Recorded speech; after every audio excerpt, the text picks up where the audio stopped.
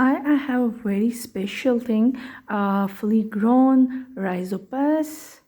This is the bread mold and it's grown amazingly, and you can see its sporangia and sporophyte clearly. That's so awesome. I grew it in a container and I am sharing some information related to this. Rhizopus stolonifer is a commonly known as black bread mold. It is a member of Zygomycota and considered the most important species in the genus Rhizopus.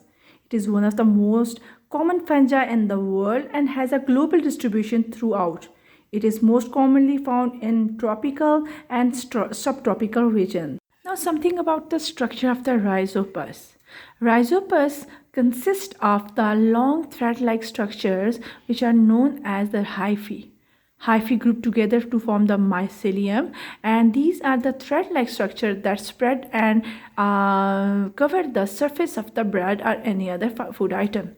Stolons, as you can see, are the strands of the hyphae that connect fungal bodies together.